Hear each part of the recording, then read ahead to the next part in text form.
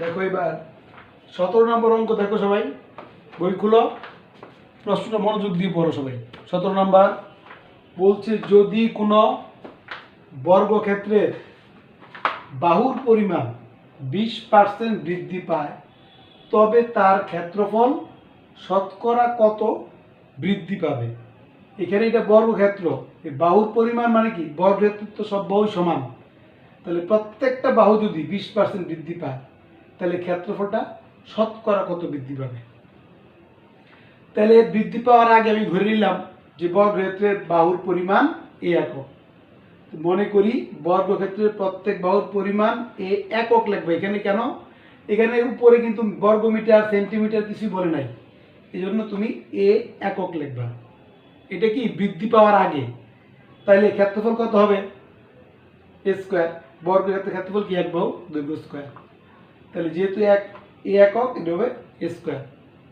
এখন 20% করে বাড়ছে প্রত্যেকটা বাহু, তাহলে লিখবো আমি 20% বৃদ্ধি পেলে বর্গক্ষেত্রের প্রত্যেক বাহুর দৈর্ঘ্য হবে কত হবে।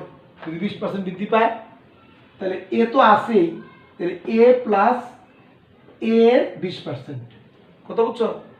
20% বৃদ্ধি পেলে বর্গক্ষেত্রের প্রত্যেক বাহুর দৈর্ঘ্যটা কত হবে, মানে বেড়ে কত হবে।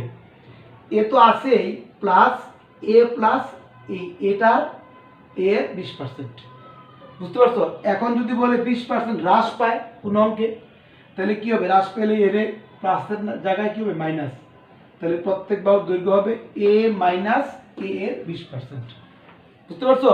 বৃদ্ধি পেলে যোগ হবে, হ্রাস পেলে বিয়োগ হবে। এরকম 30% বললে কি হবে, এ প্লাস এ এর 30%। তাহলে এখন এটা হিসাব করে এখানে কি হয় দেখো, এ প্লাস এ এর 20% মানে কি 100/20, কথা বুঝছো, এত একক। তাহলে এটা কত হয় বলো তো, এ প্লাস এটা যদি কাটাকাটি করি তাহলে কত হবে, এ এখানে কত হবে আর নিচে কত 5 হবে, বুঝতে পারছো। 5×20 100, আর এ তো উপরের সংখ্যা, তাহলে এ উপরে নিচে হবে 5, কাটাকাটি করলে 5×20 100।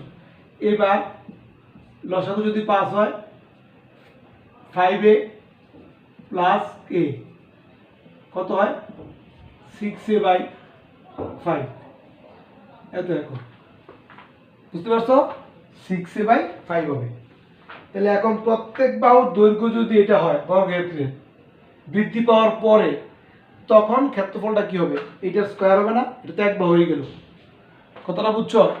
তাহলে আমাকে এটা লিখতে হবে, সবাই লেখো, এটা আমি লিখবো এই, তাহলে বৃদ্ধিপ্রাপ্ত বর্গের ক্ষেত্রফল, সুতরাং বৃদ্ধিপ্রাপ্ত বর্গক্ষেত্রের ক্ষেত্রফল। এখন ক্ষেত্রফলটা কত হবে, এখন এক বাহু হয়ে গেছে এটা, তাহলে এটা স্কোয়ার হবে 6a/5 স্কোয়ার বর্গ একক। এই এখন যে বর্গটা হলো, প্রত্যেক বাহু বাড়ার পর যে বর্গটা হবে, তাহলে এটা কত হবে বলো তো, 36a²/25 বর্গ একক, ঠিক আছে। তাহলে এখন কতটুকু ক্ষেত্রফল বৃদ্ধি পেল, আগে ছিল ক্ষেত্রফলটা স্কোয়ার, আর এখন নতুন যে বর্গক্ষেত্রটা পেলাম এই ক্ষেত্রফলটা হচ্ছে এইটা, তাহলে ক্ষেত্রফল কতটুকু বৃদ্ধি পেল বের করো। সুতরাং লেখো, ক্ষেত্রফল বৃদ্ধি পেল, কি হবে, ক্ষেত্রফল বৃদ্ধি পেল, লেখো এটা 36a²/25 মাইনাস a স্কোয়ার, এত বর্গ একক, বুঝতে পারছো, বিয়োগ করে দিবে। এখন এখানে লসাগু হবে 25, লসাগু যদি 25 হয় তাহলে 36 স্কোয়ার থেকে 25 স্কোয়ার গেলে 36 square minus 25 square equal to, এটা বিয়োগ করলে কত হবে 11। 11 স্কোয়ার ডিভাইড বাই 25, এত এত বর্গ একক। এই তাহলে এখন আমার এই ক্ষেত্রফলটা বৃদ্ধি পেয়েছে। এখন তোমাকে বলছে শতকরা কত বৃদ্ধি পেল, দেখো ক্ষেত্রফল শতকরা কত বৃদ্ধি পেয়েছে, মানে 100-র মধ্যে কতটুকু বৃদ্ধি পেয়েছে। তাহলে এখন আমি লিখব, সুতরাং ক্ষেত্রফল শতকরা বৃদ্ধি পেল। এবার আমাকে লিখতে হবে ক্ষেত্রফল কতটুকু বৃদ্ধি পেল, দেখটা কই। সুতরাং লেখো এবার ক্ষেত্রফল, সুতরাং ক্ষেত্রফল শতকরা বৃদ্ধি পেল। এটা কি হয় শোনো, প্রথম হলো ক্ষেত্রফল যতটুকু বৃদ্ধি পেল এর উপর হবে, এটা হবে 11 স্কোয়ার ডিভাইড বাই 25, এইটা যেটা বৃদ্ধি পায় এর উপরে হয়। আর মূল যে ক্ষেত্রফলটা ছিল, আদি যে ক্ষেত্রফলটা ছিল, এটা হবে নিচে, মানে আদি ক্ষেত্রফলটা কত স্কোয়ার, এলো মূল ক্ষেত্রফলটা বা আদি ক্ষেত্রফলটা এটা। আর শতকরা যেহেতু বলছে ইন্টু 100 দিয়ে গুণ দিবা পার্সেন্ট। আমি কি বুঝাতে পারছি, আমি কি বলছি বলো তো, এই যে ক্ষেত্রফল শতকরা কতটুকু বৃদ্ধি পেল বা হ্রাস পেল যেটাই হোক, এটা হচ্ছে যতটুকু বৃদ্ধি পেল এর উপর হবে, বৃদ্ধি পেল এই অংশটা এত বর্গ একক, আর নিচে হবে তার আদি যে ক্ষেত্রফলটা ছিল, মূল ক্ষেত্রফলটা মানে কি স্কোয়ার। আর শতকরা বললে 100 দিয়ে গুণ দিয়ে দেবে, ঠিক আছে। এখন এটা হিসাব করো তুমি, 11 স্কোয়ার বাই 25, এটা উল্টে দাও, উল্টে দিলে 1/স্কোয়ার হবে, কত হচ্ছে ইন্টু 100, এটা উল্টে দিবা, তাহলে স্কোয়ার স্কোয়ার বাদ 4 25 100, 4 4 11 44%। অঙ্কটা সবাই বুঝতে পারছো নাকি, কথা বলছো? এটা 11 স্কোয়ার বাই 25, তো নিচে স্কোয়ার আছে, এটা উল্টে দিলে 1/স্কোয়ার হবে, স্কোয়ার স্কোয়ার বাদ যাবে, আর 4 25 100, 4 11 44, তাহলে এটা হবে আনসার। ক্ষেত্রফল কতটুকু বৃদ্ধি পেল, তাহলে ক্ষেত্রফল শতকরা 44% বৃদ্ধি পেল। ঠিক একই রকম অঙ্ক পরেরটা, প্রশ্ন পড়ো সবাই। দেখো 18 নম্বর অঙ্কটা ঠিক আগের অঙ্কটার মতনই, মনোযোগ দিয়ে প্রশ্নটা পড়ো। একটি আয়তক্ষেত্রের দৈর্ঘ্য 10% বৃদ্ধি এবং প্রস্থ 10% হ্রাস পেল। এখানে একটা বাড়ছে একটা কমছে, সমস্যা নাই, কথা বুঝছো? দৈর্ঘ্য 10% বাড়ছে, প্রস্থ 10% কমছে। এতে আয়তক্ষেত্রের ক্ষেত্রফল শতকরা কত বৃদ্ধি বা হ্রাস পাবে, তাহলে বের করতে হবে তার ক্ষেত্রফলটা কত বৃদ্ধি বা হ্রাস পেল শতকরা, ঠিক আছে। তো আমি দৈর্ঘ্য এবং প্রস্থ একটা বাড়ছে একটা কমছে, বাড়া কমার আগে ধরে নিলাম প্রথমে দৈর্ঘ্য ছিল x আর প্রস্থ হলো y। এখানে এ বি লিখলেও পারো, এ একক বি একক একই কথা, x y ধরলে হবে, কথা বুঝছো? এটা কিন্তু বাড়া এবং কমার আগে, দৈর্ঘ্য ধরলাম x একক, প্রস্থ হলো y একক, তো ক্ষেত্রফল কি হবে x y। আমরা জানি যে আয়তক্ষেত্রের ক্ষেত্রফল হচ্ছে দৈর্ঘ্য ইন্টু প্রস্থ, তাহলে x y বর্গ একক। এখন 10% বৃদ্ধি পেলে কত হবে, লেখো। দেখো আয়তক্ষেত্রের দৈর্ঘ্য, আয়তক্ষেত্রের দৈর্ঘ্য 10% বৃদ্ধি পেয়ে কত হবে বলো, বৃদ্ধি পেয়ে হবে মানে একবারে বাইরে কত হবে, কত হচ্ছে আগে ছিল x, তো এখন যদি 10% বাড়ে, বাড়ার পর কত হবে, তাহলে নিয়ম কি বলছি আমি, x প্লাস, আগে তো x ছিল দৈর্ঘ্য, x এর 10%, এত একক, বুঝতে পারছো? এই তাহলে আগে ছিল x দৈর্ঘ্য, এখন 10% বৃদ্ধি পেয়ে এটা হবে এত, x যোগ এটা, তাহলে এখানে একটু হিসাব করো, x প্লাস x এর 100/10, 10% মানে কি 100/10। কত হবে বলো তো, এক্স প্লাস এটা কাটাকাটি করলে তাহলে x/10, 10 × 10 = 100, এক্স তো উপরের সংখ্যা তাহলে x/10। তো এটা যদি আমি হিসাব করি, হিসাব করলে তোমার লসাগু 10 হবে, x plus 10x plus x কত হবে 11x ডিভাইড বাই 10 একক। বুঝতে পারছো? এই এটা হবে 11x বাই 10 একক। আচ্ছা, এখন প্রস্থ 10% হ্রাস পাইছে। তো আবার লেখো আয়তক্ষেত্রের প্রস্থ, আয়তক্ষেত্রের প্রস্থ 10% হ্রাস পেয়ে হবে। যদি হ্রাস পায় তাহলে কি হবে, তাহলে প্রস্থ ছিল y, তাহলে y হ্রাস পেলে কি বললাম বিয়োগ হবে, তাহলে কত হবে এই y এর কত 10%, y এর 10% এত একক। বুঝতে পারছো? এই হ্রাস পাওয়াতে এখানে বিয়োগ হয়েছে, তো y তো ছিল আগে, তাহলে y থেকে বিয়োগ করে দিবা এই yটা 10%। এই তাহলে এটা হিসাব করো, y মাইনাস y এর 100/10, তাহলে এটা কত হবে, এটা হবে y মাইনাস কত, এটা হলো y/10, এখানে 10 × 10 = 100 আগের মতন, কত বুঝছো, y/10।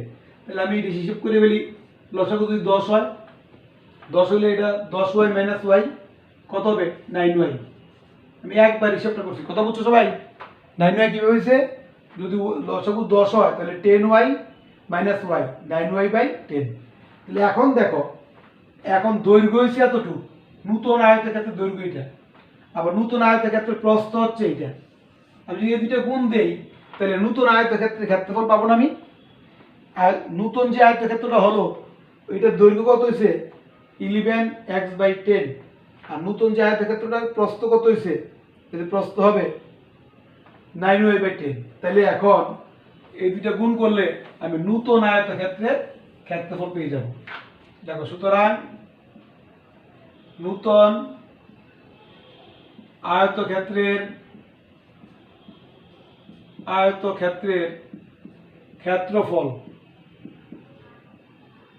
এই ক্ষেত্রফলটা কত হবে, দৈর্ঘ্য হলো এটা 11x/10 ইন্টু প্রস্থ কত 9y ডিভাইড বাই 10 এত বর্গ একক। তাহলে কত হবে, উপরে 9 11 99xy, আর নিচে হবে 10 10 100। কথা বুঝছো? এই এখন তুমি বলো যে আগে যে ক্ষেত্রফলটা ছিল এটা ছিল xy, আর এখন নতুন যে আয়তক্ষেত্রটা এটা ক্ষেত্রফলটা হচ্ছে 99xy/100। তাহলে কি ক্ষেত্রফল বাড়ছে না কমছে? এখন কি বড় এটা না বড় এটা? বড় কিন্তু উপরেরটা, কারণ এটা কিন্তু 100/100, এটা হলো 100/99।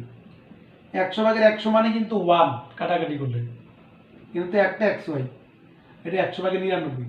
তাহলে এইটা বড়, তাহলে নতুন যে আয়তক্ষেত্রটা তার ক্ষেত্রফলটা কি কমছে, এটা ছোট। তাহলে সুতরাং ক্ষেত্রফল হ্রাস, সুতরাং ক্ষেত্রফল হ্রাস পেল। কতটুকু হ্রাস পেল, xy থেকে বিয়োগ করবা 99xy ডিভাইড বাই 100 এত কি বর্গ একক।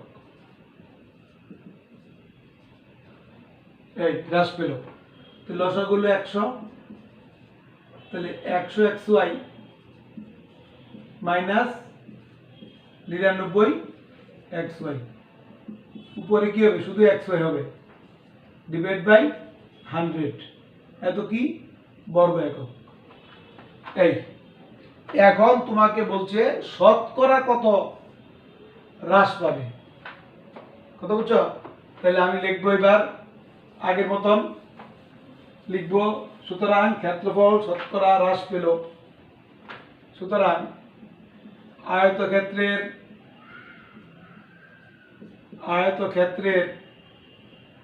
ক্ষেত্রফল শতকরা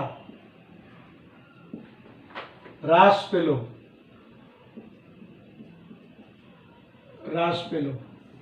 মনে আছে নি?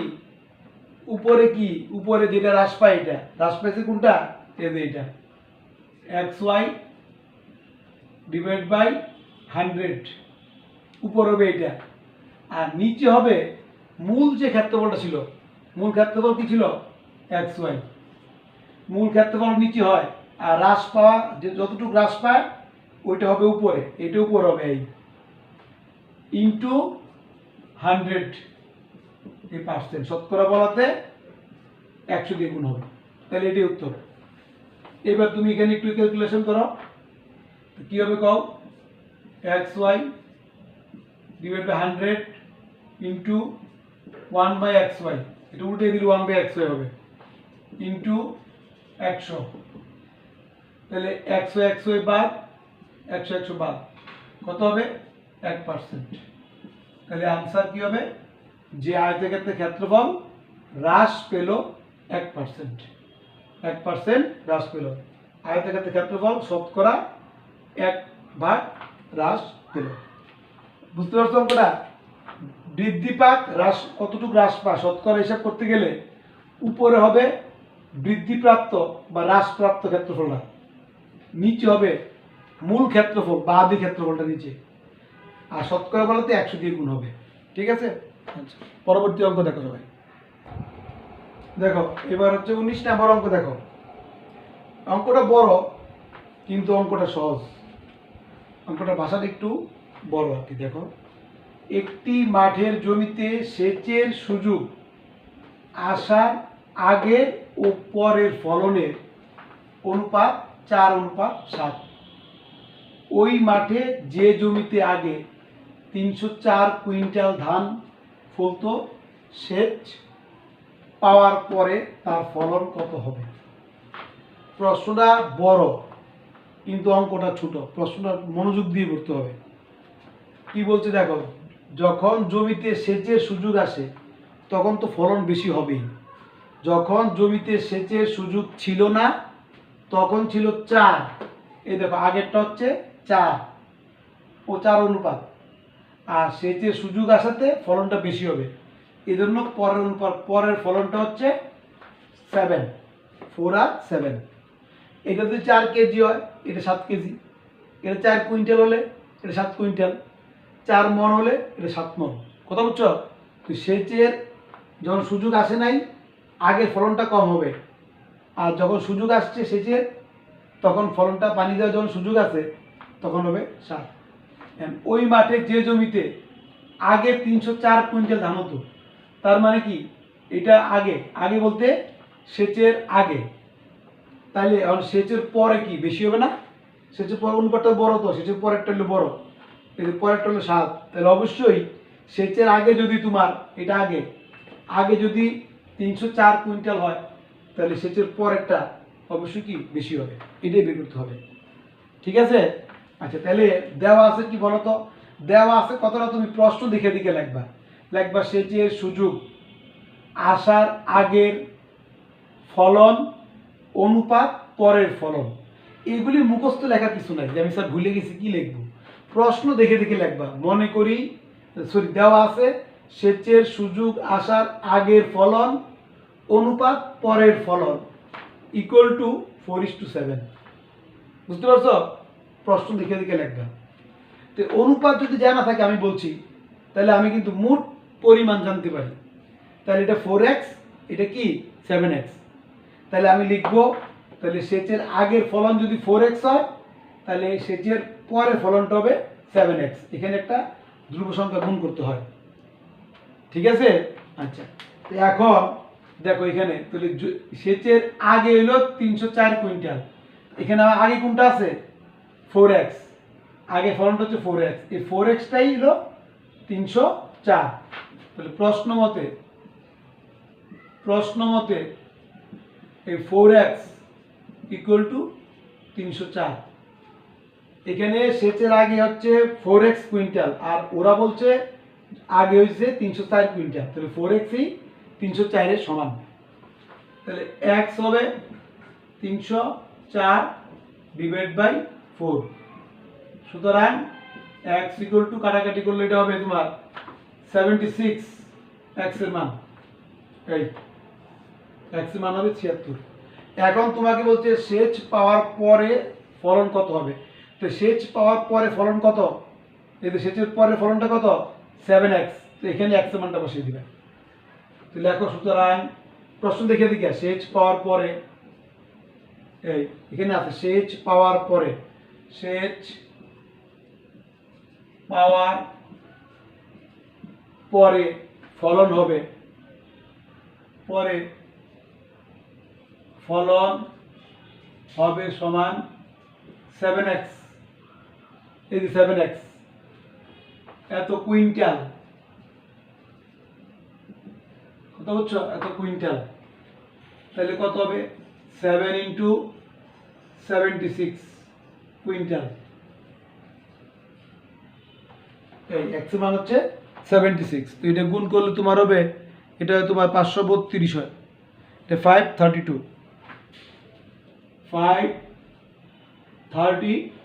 কুইন্টাল।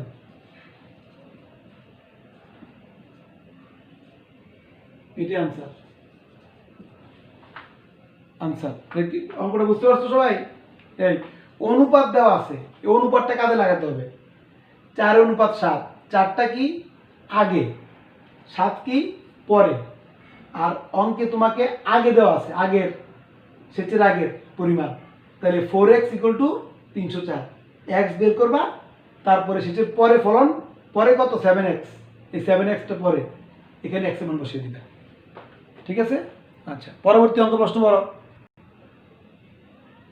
দেখো 20 নম্বর অঙ্কটা দেখো, প্রশ্ন ভালো করে পড়ো।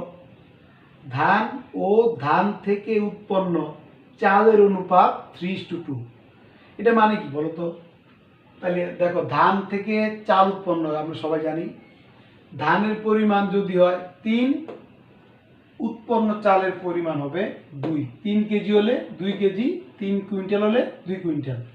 ধান তো বেশি হবে, কারণ ধানের সাথে কি থাকে, তুষ থাকে, তুষ, এজন্য ধানটা বেশি হয়। তখন তুষটা ছড়ানো হয় ধান থেকে, তখন সেটা চাল হয়, এজন্য চালের পরিমাণটা কমে যায়। কথা বুঝছো? আবার দেখো, গম ও গম থেকে উৎপন্ন হয় সুজি, ওটা হচ্ছে 3:2, তাহলে গমটা বেশি হবে, সুজির পরিমাণটা কম হবে, কারণ গমের কিছু একটা অংশ, গমের যে উপরের এই খোসাটা, এটা চলে যায়, উড়ে যায়। তাহলে গম যদি হয় 3 কেজি, আর গম থেকে সুজি হবে গম যদি হয় 4 কেজি, গম থেকে সুজি হবে 3 কেজি। এটা হচ্ছে এই কথাটা।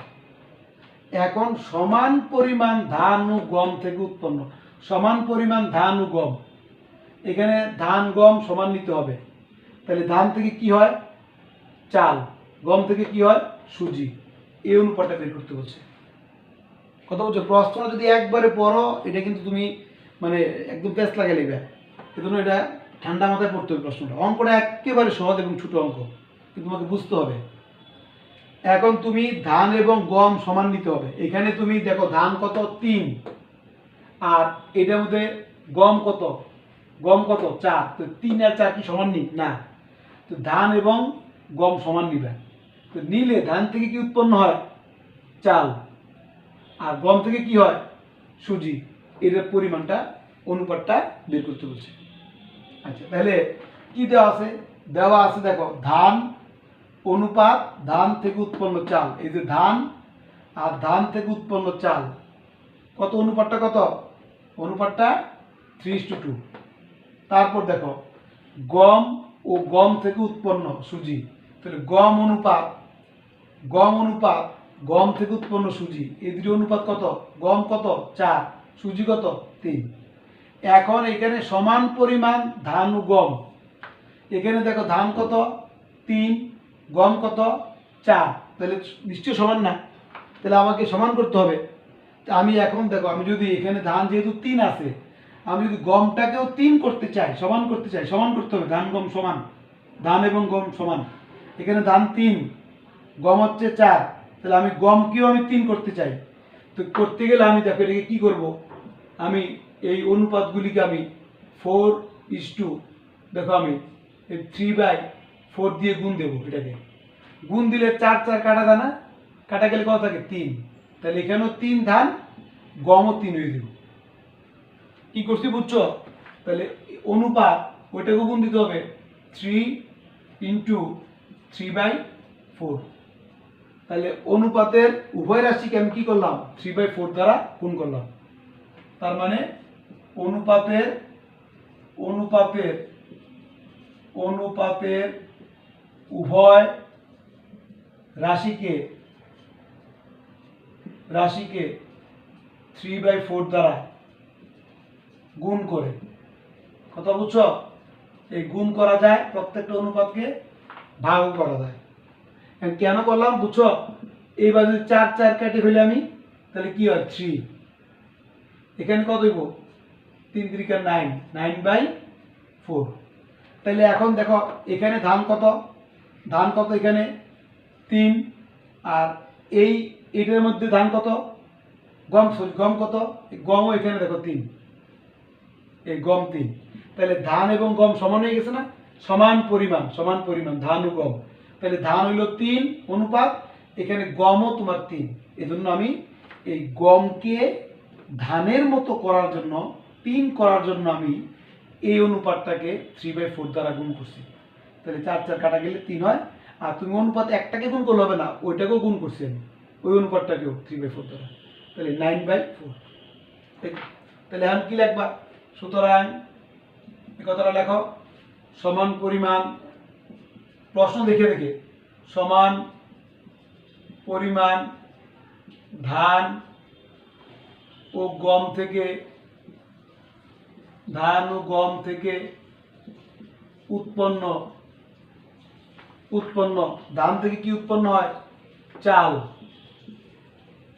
অনুপাত গম থেকে কি উৎপন্ন হয়? সুজি। অনুপাত সুজি ইকুয়াল টু, জানি সমান পরিমাণ ধান ও গম থেকে উৎপন্ন চাল অনুপাত সুজি। তাহলে এখানে দেখো, এখানে চাল কত? চাল হচ্ছে 2, তাহলে 2 অনুপাত, আর এখানে সুজি কত? সুজি হচ্ছে এই যে এটা পরেরটা সুজি, 9/4। এই হলো উত্তর, এটা 2:9/4। সমান পরিমাণ ধান ও গম থেকে, এই ধান ও গম কত? ধানও 3, গমও 3। তাহলে চালটা কতটুকু বের করবা, আর এখান থেকে সুজি কতটুকু? এই চাল হলো 2, আর সুজি হচ্ছে এখানে 9/4। এখন দেখো এখানে নিয়ম হচ্ছে কি, ভগ্নাংশ লেখা যায় না। তা আমি এটাকে যদি ভগ্নাংশ মুক্ত করতে চাই, তাহলে আমি উভয় অনুপাতকে আমি 4 দ্বারা গুণ দেব। তাহলে 2 × 4 অনুপাত 9/4 × 4, দুটি অনুপাতে 4 দ্বারা গুণ দিলাম। তাহলে কেন? এখানে 4 4 কাটা যাবে। তাহলে এটা কত হবে? 4 2 8, আর এখানে কত হবে? 9। তাহলে 8:9, এটা হবে আনসার। বুঝতে পারছো? অঙ্কটা একটু বড়, একটু মনোযোগ দিয়ে বুঝতে হবে, অঙ্কটা কিন্তু আসলে কোনো কঠিন না। অনুপাত দেওয়া আছে এখানে, ধান আর চাল, সংক্ষেপে বলে ধান চাল এটা, আর ওটা কি? গম আর সুজি, 4:3। এখন বলছে ধান এবং গম সমান হইতে হইব, কিন্তু এখানে ধান আছে 3, গম আছে 4, 3 আর 4 কিন্তু সমান না।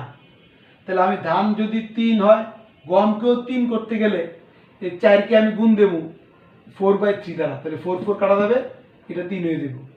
আর সুজি হয়ে দেবে কত 9/4। তাহলে এখন যেহেতু ধান আর গম সমান হয়ে গেছে, তাহলে চাল এবং সুজির অনুপাতটা বের করতে বলছে। তো এখানে চাল কত 2, আর এখানে এই সুজি কত 9/4। তো 2:9/4, এটাকে তুমি 8/9 হিসেবে লিখবা। কত বুঝছো? এই এবার পরবর্তী অঙ্ক প্রশ্ন করো। দেখো 21 নম্বর অঙ্কটা দেখো সবাই। একটি জমির ক্ষেত্রফল 432 বর্গ মিটার। ওই জমির দৈর্ঘ্য প্রস্থের সাথে, ওই জমি মানে কোনটা? ওই জমি হচ্ছে ওই যে 432 যার ক্ষেত্রফল সেটা। আচ্ছা, আর একটা জমি আছে, অপর একটা জমির দৈর্ঘ্য ও প্রস্থের অনুপাত যথাক্রমে 3:4 এবং 2:5 হলে অপর জমির ক্ষেত্রফল কত? প্রশ্ন কিন্তু এখনো মনে হয় না কেউ বুঝছো। মনোযোগ দাও, আমি আবারও বুঝাই। এখানে জমি দুইটা আছে। প্রথম যে জমিটা, এটার ক্ষেত্রফলটা হচ্ছে 432। আরেকটা জমি, তোমার প্রথম জমির যে দৈর্ঘ্য, এটার সাথে আরেকটা দ্বিতীয় জমিটার দৈর্ঘ্য অনুপাতটা হচ্ছে 3:4। তার মানে কি এই দুইটাই কিন্তু দৈর্ঘ্য, এই দুইটাই দৈর্ঘ্য, আর এই দুইটাই অনুপাত হচ্ছে প্রস্থ। এর অর্থ হচ্ছে প্রথম জমির দৈর্ঘ্য যদি 3 হয়, তাহলে দ্বিতীয় জমির দৈর্ঘ্য হবে কত 4। দুইটাই দৈর্ঘ্য, এটা দৈর্ঘ্যের অনুপাত 3:4, এটা প্রথম জমির দৈর্ঘ্য, এটা দ্বিতীয় জমির দৈর্ঘ্য 4। একইভাবে এই দুইটাই কিন্তু প্রস্থ, এগুলো হচ্ছে প্রস্থের অনুপাত। তাহলে প্রথম জমির প্রস্থ যদি 2 হয়, দ্বিতীয় জমির প্রস্থ হবে কত 5। কত বুঝছো? এই দুইটা দৈর্ঘ্য অনুপাত, এই দুইটা অনুপাত হচ্ছে প্রস্থের অনুপাত। তাহলে আমি ধরে নিলাম, মনে করি প্রথম জমির দৈর্ঘ্য হইল, যেহেতু অনুপাত দেওয়া আছে তাহলে 3x, তাহলে দ্বিতীয় জমির দৈর্ঘ্য হবে কত 4x। আচ্ছা, আবার প্রথম জমির প্রস্থ কত?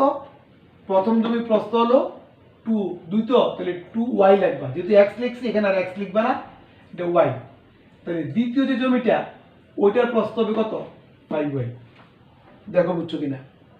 অনুপাতগুলি খেয়াল করো, এই 3:4 হচ্ছে দৈর্ঘ্যের অনুপাত, দুইটা জমির দৈর্ঘ্যের অনুপাত, আর 2:5 হচ্ছে প্রস্থ, দুইটা জমির প্রস্থ। একটা জমির প্রস্থ 2, আর একটা জমির প্রস্থ হচ্ছে 5। একটা জমির দৈর্ঘ্য হচ্ছে 3, আর একটা দ্বিতীয় জমিটার দৈর্ঘ্য হচ্ছে 4। তো বুঝছো এগুলি? এই তাহলে এখন আমাকে প্রথম যে জমিটা, এটা ক্ষেত্রফল দেওয়া আছে, এই যে এটা 432। তো লেখো, সুতরাং প্রথম জমির ক্ষেত্রফল, এই প্রথম জমির ক্ষেত্রফল কি? ক্ষেত্রফল কি? দৈর্ঘ্য ইন্টু প্রস্থ। তো প্রথম জমির দৈর্ঘ্য কত কও 3x, এটা তাহলে 3x ইন্টু প্রথম জমির প্রস্থ কত? প্রথম জমির প্রস্থ হচ্ছে এই যে 2y, এটা প্রথম জমির প্রস্থ, তাহলে 3x ইন্টু 2y, এত বর্গ মিটার। এই তাহলে কত? এটা 6xy বর্গ মিটার। এটা হচ্ছে প্রথম জমির ক্ষেত্রফল। আর এই প্রথম জমিটাই ক্ষেত্রফল তারা দিয়ে দিচ্ছে 432 এখানে। তাহলে প্রশ্ন মতে লেখো 6xy ইকুয়াল টু 432। তাহলে xyটা বের করো, 432/6। সুতরাং xy হবে, এটা যদি 6 দিয়ে ভাগ করি, কত বুঝছো? এটা তুমি 6 দিয়ে ভাগ করো, 6 দিয়ে ভাগ করে দেবে 72। xy 72 না বুঝলে বলতে হবে। এই এখন আমাকে বলছে অপর জমির, অপর মানে দ্বিতীয় জমিটার ক্ষেত্রফল বের করবা, অপর দ্বিতীয়। তাহলে এখন দেখো, দ্বিতীয় জমির দৈর্ঘ্য কত? 4x। দ্বিতীয় জমির প্রস্থ কত? 5y। ক্ষেত্রফল কি হবে? 4x into 5y। ঠিক আছে, বুঝতে পারছো? তো লেখো, সুতরাং অপর জমির ক্ষেত্রফল, অপর মানে কি? দ্বিতীয় জমিটা, অপর জমির ক্ষেত্রফল, ক্ষেত্রফল কি দৈর্ঘ্য ইন্টু প্রস্থ, তাহলে এই দৈর্ঘ্য কত 4x, 4x ইন্টু এই প্রস্থ কত দেখো তো, যদি প্রস্থ হলো 5y, 5y এত বর্গ মিটার, ঠিক আছে। আচ্ছা এখন কত এটা 20xy বর্গ মিটার, তারপর 20। এখন xy এর মান কিন্তু বের করা আছে 72, তাহলে কত হবে 20 ইন্টু 72 বর্গ মিটার। এই এবার 72কে যদি আমি 2 দিয়ে গুণ দেই, এটা হবে 1440, 1440 উত্তর, এত বর্গ মিটার। বুঝতে পারছো, এত কি ক্ষেত্রফল তো বর্গ মিটার। এই আশা করি অঙ্ক সবাই বুঝতে পারছো। প্রশ্ন ভালো করে করতে হবে। এখানে দুইটা জমি আছে, এই দুইটা জমির এই দৈর্ঘ্য হলো 3:4, একটা জমি দৈর্ঘ্য 3, আরেকটা জমি দৈর্ঘ্য হচ্ছে 4, আর দুইটা জমি প্রস্থের মধ্যে একটার প্রস্থ, প্রথমটার প্রস্থ হচ্ছে 2, পরেরটার প্রস্থ অনুপাত হচ্ছে 5। তাহলে আমি এগুলি x ধরে নেব, তো জানো সবাই।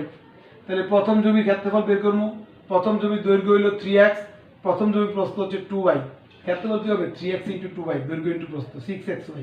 তো 6xy এর মান হচ্ছে দেওয়া আছে অঙ্কে ক্ষেত্রফল 132, xy বের করবা। এখন বলছি দ্বিতীয় বা অপর জমি ক্ষেত্রফল কত, তো ক্ষেত্রফল কি দ্বিতীয় জমির দৈর্ঘ্য 4x, প্রস্থ হইল 5y, তাহলে এর গুণ করে xy এর মান বসিয়ে দিবে। প্রশ্ন বড়, পরবর্তী অঙ্ক 22 নম্বর দেখো। এবার 22 নম্বর অঙ্ক দেখো সবাই। জেমি ও সিমি একই ব্যাংক থেকে একই দিনে 10% সরল মুনাফায় আলাদা আলাদা পরিমাণ অর্থ ঋণ নেয়। ঋণ মানে ধার নেয় একটা ব্যাংক থেকে, কথা বুঝছো।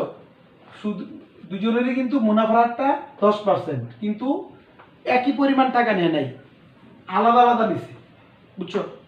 আচ্ছা জেমি 2 বছর পর মুনাফা আসলে ব্যাংকে যত টাকা দিল সুদ করলো ব্যাংকের টাকা, আর সিমি কি করলো 3 বছরে সিমি মুনাফা আসলে ঠিক সেই টাকাই সুদ করলো 3 বছর পর। এখন বলছে তাদের ঋণের অনুপাত নির্ণয় করো। ঋণ কে কত নিছে এটার অনুপাতটা বের করবা। তাহলে আমি ধরে নেব যে একজন ঋণ নিল x, আর একজন ঋণ নিল y, কথা বুঝছো।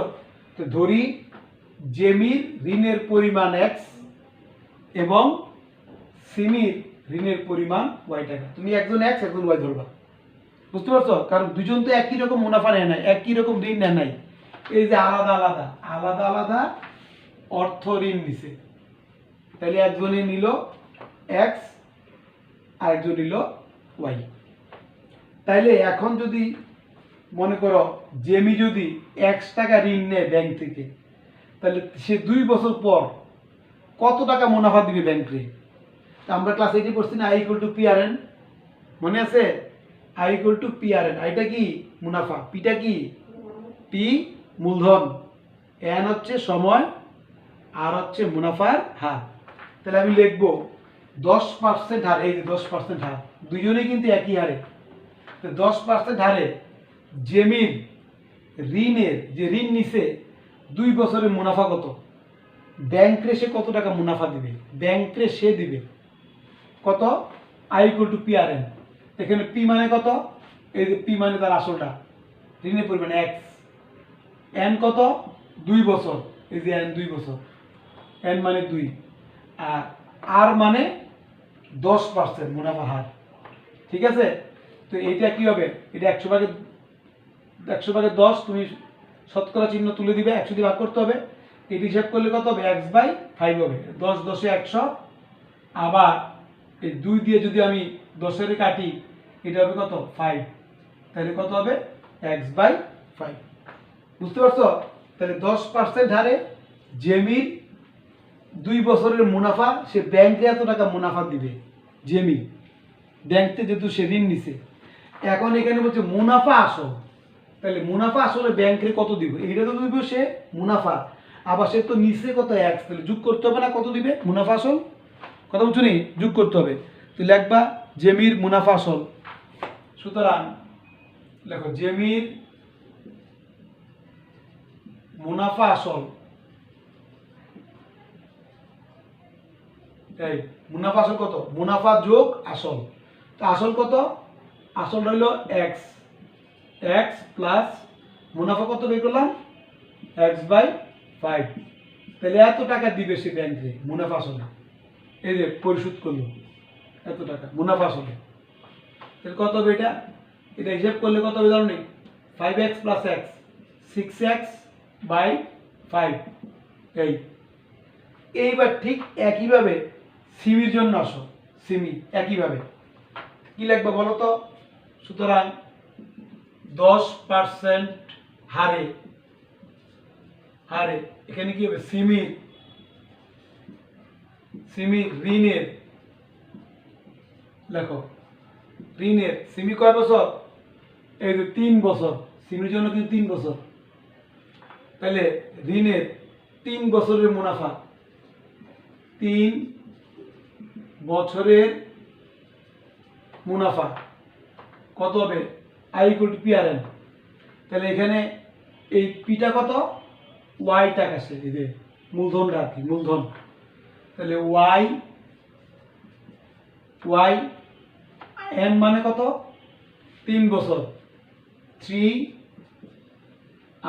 আর কত, সেও 10%, এই যে দুজনেই 10%, এই যে 10%, তাহলে 10% কত হবে, y × 3 × 100/10, কাটাকাটি করলে কত হবে, এটা 10 হবে নিচে, তাহলে কত হয় 3y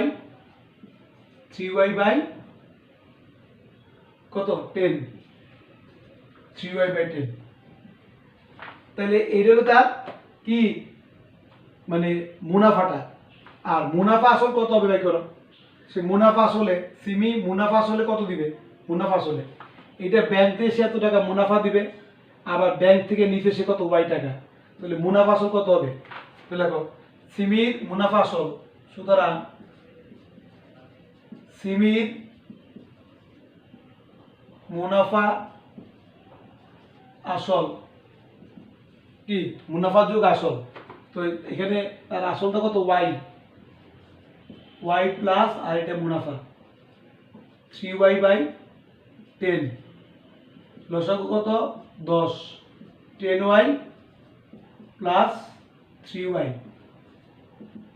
13y/10, বুঝতে পারছো, তাহলে এটা হলো তার 3 বছরের মুনাফা আসল এটা, আর জেমির হলো এটা মুনাফা আসল।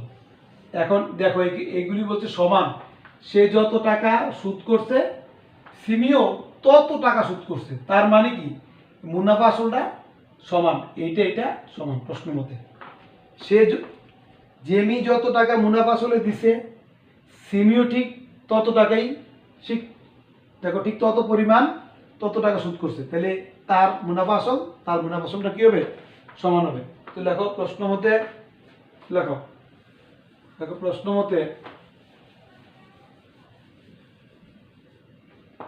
তাহলে কি পাইলাম বলো, প্রশ্ন মতে এই তার মুনাফা আসল 6x/5, এইটা সিমির মুনাফা আসল কত সমান 13y/10, এই সমান। এখন তাদের ঋণের অনুপাত বের করবা, অনুপাত, একজন তো ঋণ নিছে x, একজন y, তাহলে আমাকে বের করতে হবে কি x অনুপাত y কত, বুঝছো, ঋণের অনুপাত বের করতে বলছে, ঋণ তো একজন নিছে x, একজন y, অনুপাতটা বের করবে, এখান থেকে বজ্রগুণ দাও, গুণ দিলে কত হবে, এটা 60x = 65y, 6 × 10 = 60, 5 × 13 = 65, তাহলে তুমি লেখো x/y কত, x/y কত হবে, তাহলে এখানে হবে তোমার 60 হবে, কেন বজ্রগুণ দিলে আবার ওই 60x হয়, আর এখানে হবে 65, বজ্রগুণ দিলে আবার 65y, যদি বজ্রগুণ দেই কত হবে 65y, এই দুটো বজ্রগুণ দেই এই যে 60x, বুঝছো? তাহলে x/y কত হয় বলো তো? এটা কত হবে 12/13, 5 দিয়ে ভাগ করলে সরি 5 13 65, 13 উপরে আর 5 12 হচ্ছে 60, ঠিক আছে? তাহলে x/y হচ্ছে এটা। এখন অনুপাত কি হবে? সুতরাং x অনুপাত y, এই প্রথম অনুপাতটা আগে হয়, উপরেরটা প্রথম হয়, তারপর এটা ইকুয়াল টু কত হবে 13:12। তাহলে এটাই আনসার। তাদের ঋণের অনুপাত, তো একজনের ঋণ তো ছিল x, একজনের ঋণ ছিল y, তাহলে অনুপাত x অনুপাত y টাই বের করতে বলছে, অনুপাত নির্ণয় করো। তো x অনুপাত y কত? 13:12, কত বুঝছো? এরকম থাকলে প্রথমটা উপরেরটা প্রথম হয়, নিচেরটা পরে হয়। এখানেও ঠিক একইভাবে উপরেরটা প্রথম হবে আর নিচেরটা পরে হবে। তাহলে আমাকে অনুপাত বের করতে বলছে, অনুপাত হবে 13:12। ঠিক আছে, সবাই বুঝতে পারছো? হ্যাঁ, আচ্ছা।